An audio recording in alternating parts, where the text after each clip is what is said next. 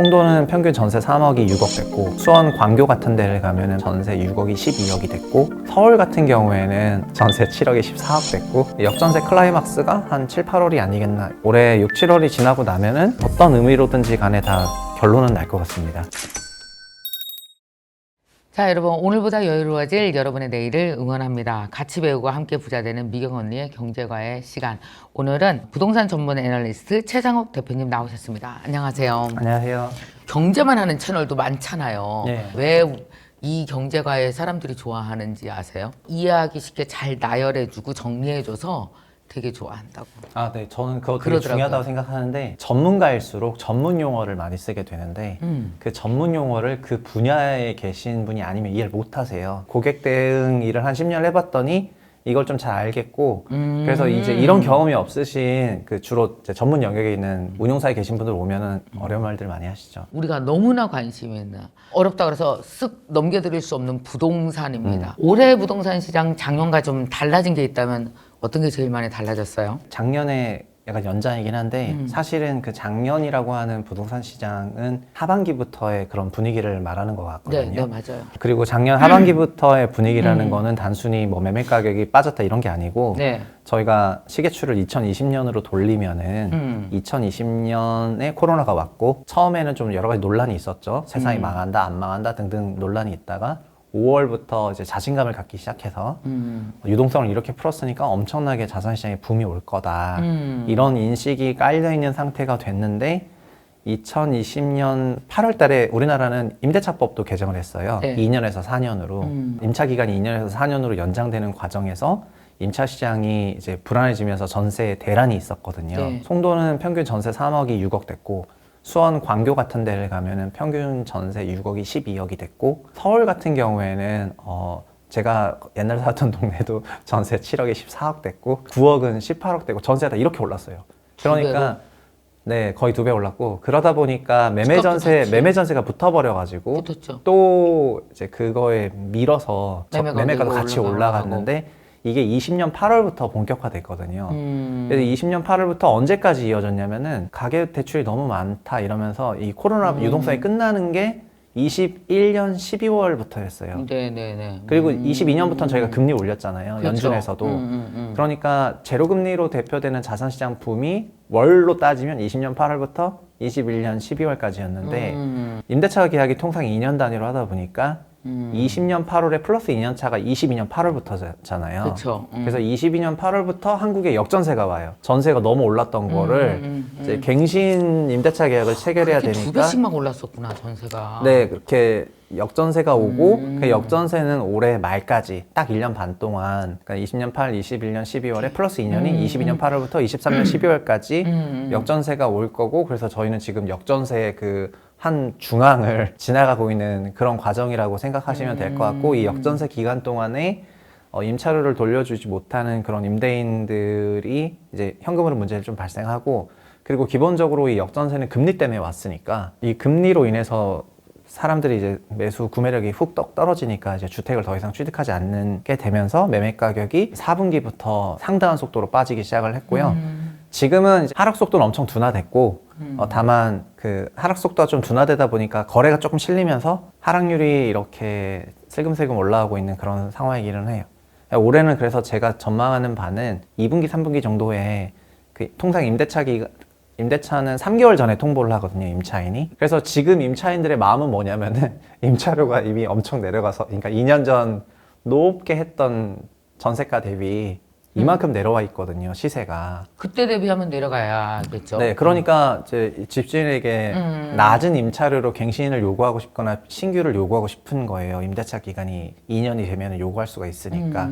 그래서 이런 역전세 클라이막스가 한 7, 8월이 아니겠나 이렇게 생각을 하고, 아마 그래서 그때까지는 약세장이 계속해서 이어질 것 같다 이렇게 생각하고 있습니다. 부동산이 이제 지금 좀 더 기다려야 되느냐, 관망하고, 아니면은 기회를 보고 사야 되느냐, 뭐 이런 질문들이 많은데요. 어때요? 네, 시장 전체적으로는 약세장을 전망을 하는데, 반대로 그 개별 아파트 단지들을 보면은 좀 과하락이 됐다고 생각하는 지역들도 저는 있다 생각을 하고 그리고 제가 요즘에 아파트 시장에 갖고 있던 이런 문제 의식이 하나가 있는데 네. 아파트 가격이 싸다 비싸다 평가를 못 하세요. 이게 그냥 빠졌다 올라갔다 이것만 보지. 네. 그래서 이 아파트는 얼마가 좀 적정하거나 극단적으로 해도 저희가 어떤 그런 감이라는 게 있는데 그러니까 주식시장에도 삼성전자 그래요. 삼성전자 앞자리가 4만 원은 좀 선을 넘었지 뭐 이러면서 업황이 아무리 나빠도 좀 사는 게 좀 있거든요. 그래서 굉장히 유명한 어떤 자산들은 전체적인 장기적인 그런 추이 속에서 이게 진짜 좀 싼 것 같은데 라고 느껴지는 그런 가액이라는 게 있는데 네. 주택은 그런 생각들을 안 하셔가지고 제가 작년 말에 대중들이 쓸 법한 그 아파트 가격의 적정가를 그 평가하는 그런 이제 공식들 몇 개를 만들어가지고 이걸 적용해서 쓰시면은 지금 실거래가가 내재 가치 대비해서 싼지 비싼지 좀 알 수 있다 이렇게 해서 제가 조금 슬금슬금 전파를 했고 제 유튜브 채널에서도 그렇게 요새 말을 좀 하고 있어요. 어떤 데 모처 어떤 아파트 단지는 월세 전세 임차료 수준을 봤을 때 거의 바닥인 것 같다. 그래서 물론 가격은 좀 빠질 수도 있겠지만 아마 빠진다면은 그걸 바라보는 사람들은 다 싸다고 생각할 거기 때문에 매수세가 붙을 거다 이렇게 생각하는 지역들이 있어서 올해는 전체적으로는 저는 아까 이미 답변 한번 드렸는데 9억 초과 주택은 추가 하락이 있을 것 같고 7억 원 이하 주택들 중에서는 아마 2월부터 유동성이 공급이 될 거니까 이쪽에서는 이제 좀 힘겨루기가 나올 것 같긴 하거든요. 근데 이들 주택들 중에서 전세 시세 기준으로 만약에 1.6배 이하까지 매매가 내려왔다. 네. 전세는 3억 원인데 매매가 4억 8천만 원 이하다. 뭐 4억 5천 정도다. 그럼 이런 데는 이제 굉장히 싼 레벨에 들어간 거예요. 네, 그래서 그런 기준을 하나 가지셔가지고 대응하시면 될 것 같긴 합니다. 전체적으로는 약세장일 때가 좀 많을 것 같긴 하고요. 네. 12월부터 나왔던 그 대출 통계 시사점이 있는데 네. 작년에 금리가 너무 올라가다 보니까 그 문제가 되는 가구들이 많이 생겨가지고 네, 9월부터 안심 전환 대출이란 거를 돌렸는데 소위 고금리 장기로 풀어주는 거거든요. 네. 9월부터 돌렸는데 12월 한 달에만 4조 8천억을 썼어요, 가구가. 안심전환 대출을 4조 8천억 신청하고 종전 주담대랑 전세 대출을 끄더라고요.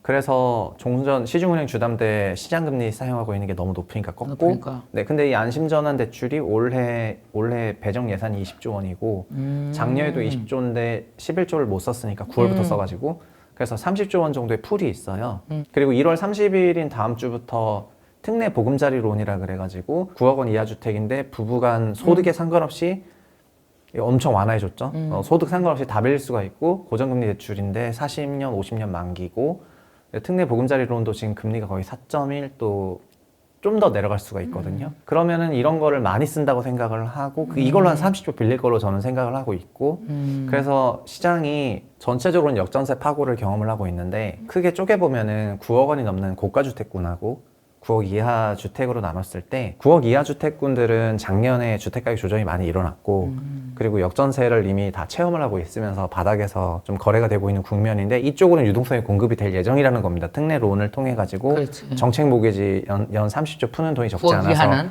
일론 갈 것 같고요.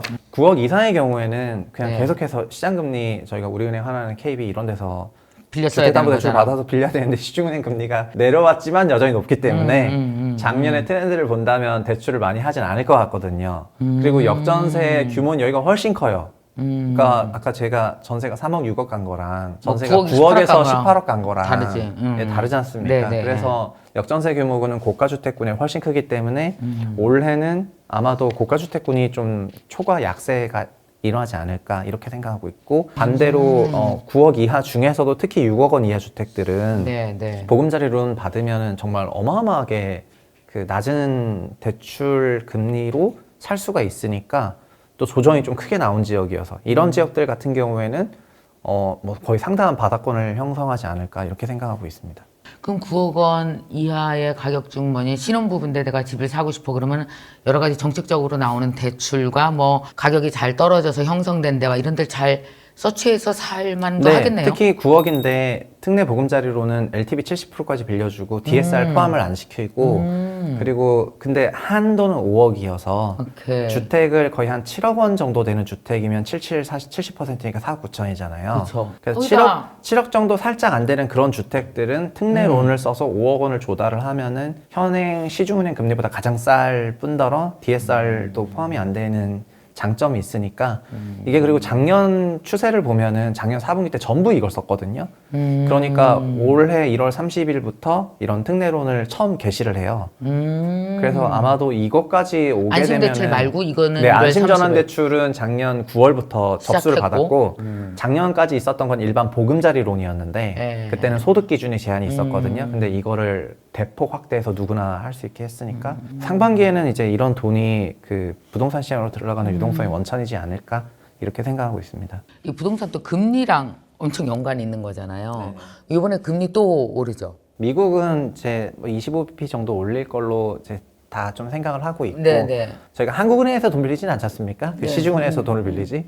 그래서 하는 기준금리를 베이스로 하고 있는 그 대출금리를 저희가 쓰게 되는데 이 대출금리는 결국 시장금리여가지고 올해 시장금리는 내려갈 걸로 보고 있습니다. 그 시장금리는 이미 내리고 있어요. 저희가 작년에 레고랜드 사태가 있었던 그때가 이제 시장금리 피크였었고 네, 레고랜드 네. 사태가 조금 해소가 되면서부터는 네, 네. 대출금리가 조금 내려가고 있어서 저희 이제 대출 있는 사람들은 한 달에 한 번씩 문자를 계속 받아요. 그 문자를 받아보면은 금리 피크를 갔다가 이제 슬금 내려오고 있어요. 네. 받았는데 안 읽었나? 아, 네. 그러실 수가 있어요.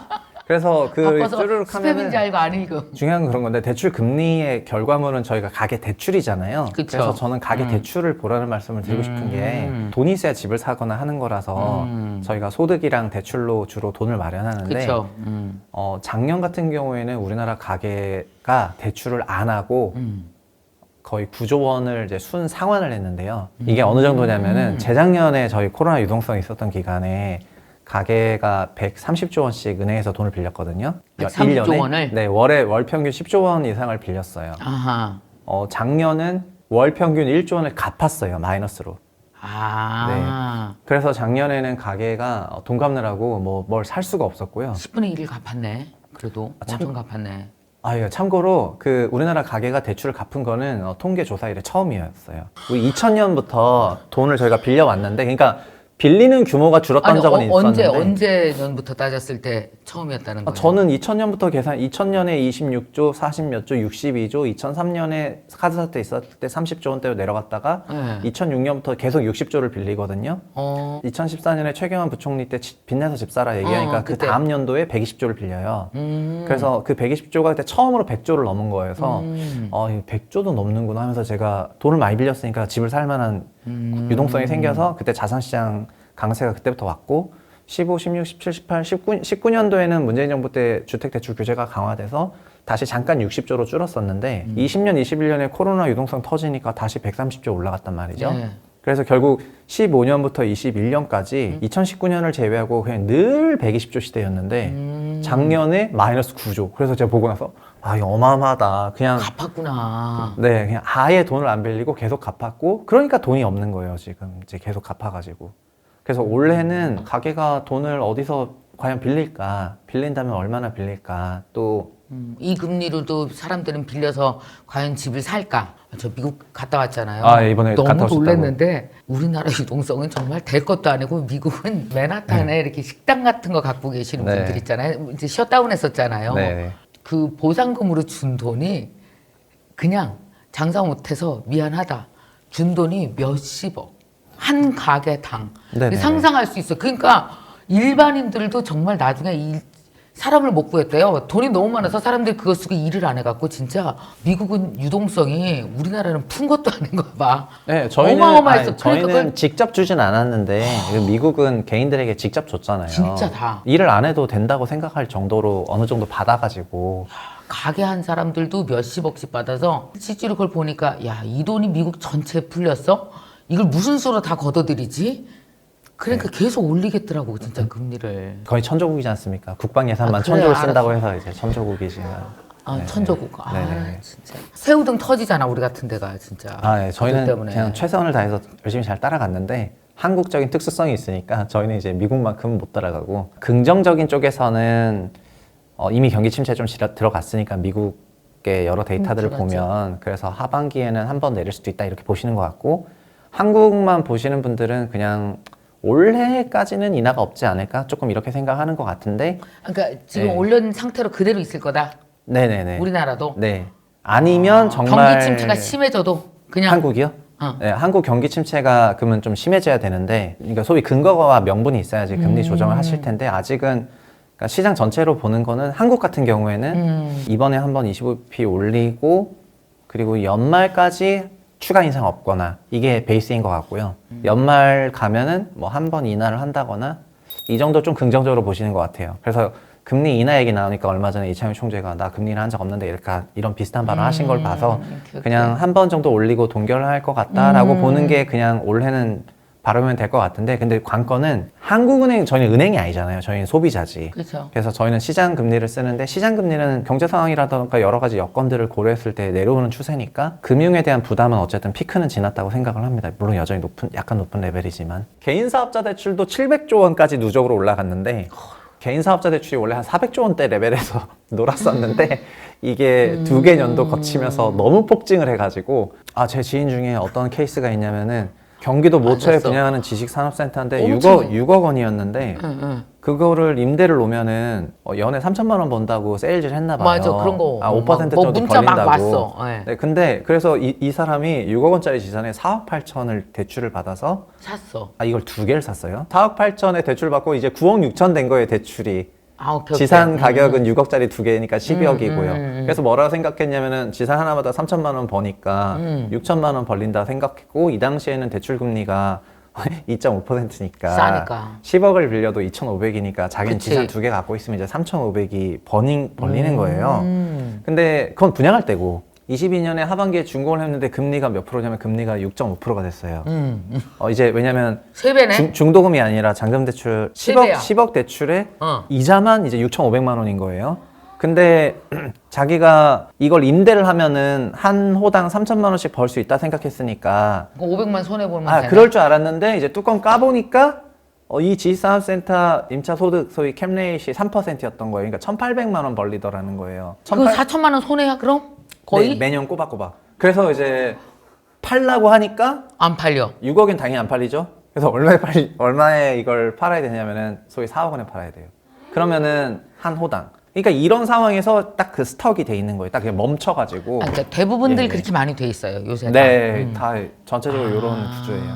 이게 집도 똑같고 그냥 집도 똑같아. 네. 지금 그런 거야. 똑같은 구조네요.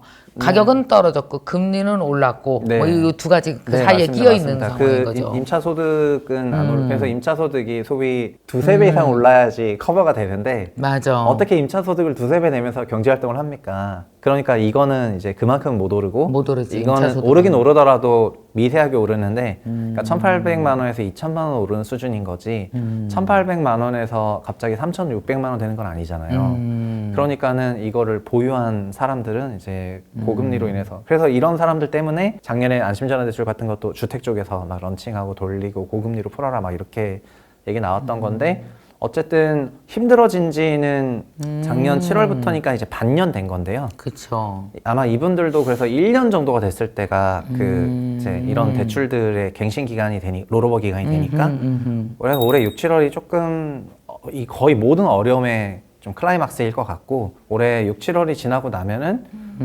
어떤 의미로든지 간에 다 결론은 날 것 같습니다. 그렇군요.